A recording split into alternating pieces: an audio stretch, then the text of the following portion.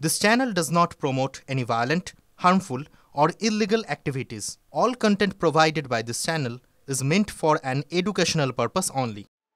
আজও পড়ল ভারতের দুই বেঞ্চমার্ক সূচক। 243 পয়েন্ট পড়েছে নিফটি 50, অন্যদিকে 856 পয়েন্ট পড়েছে বিএসসি সেন্সেক্স। ভারতের বাজারের সঙ্গে আজ পড়েছে চীনা সূচক হ্যাংসেং। 0.58% পড়েছে এই চীনা সূচক, যদিও আজ বেড়েছে জার্মান সূচক ড্যাক্স।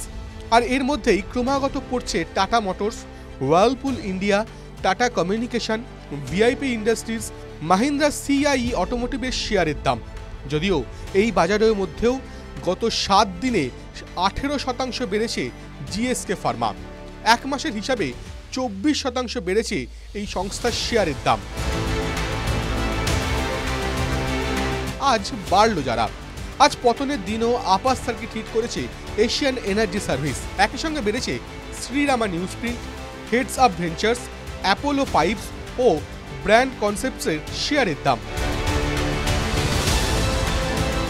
আজ পড়েছে যারা stallion India Fluorochemicals, EPL, precision ক্যামশ্যাফটস, Barak valley cements ও গোকুলদাস এক্সপার্টসের মতো শেয়ারের দাম। বাজারের টুকরো খবর। আজ ডিভিডেন্ড দিল এএসএম টেকনোলজিস। শেয়ারের প্রতি 1 টাকা ডিভিডেন্ড দিয়েছে তারা। আজ শেয়ার প্রতি 1 টাকা ডিভিডেন্ড দিয়েছে পৃথ্বী এক্সচেঞ্জও। আজ ত্রৈমাসিক ফল প্রকাশ করেছে মঞ্জিরা কনস্ট্রাকশন ও ঋত্বিক ফ্যাসিলিটি।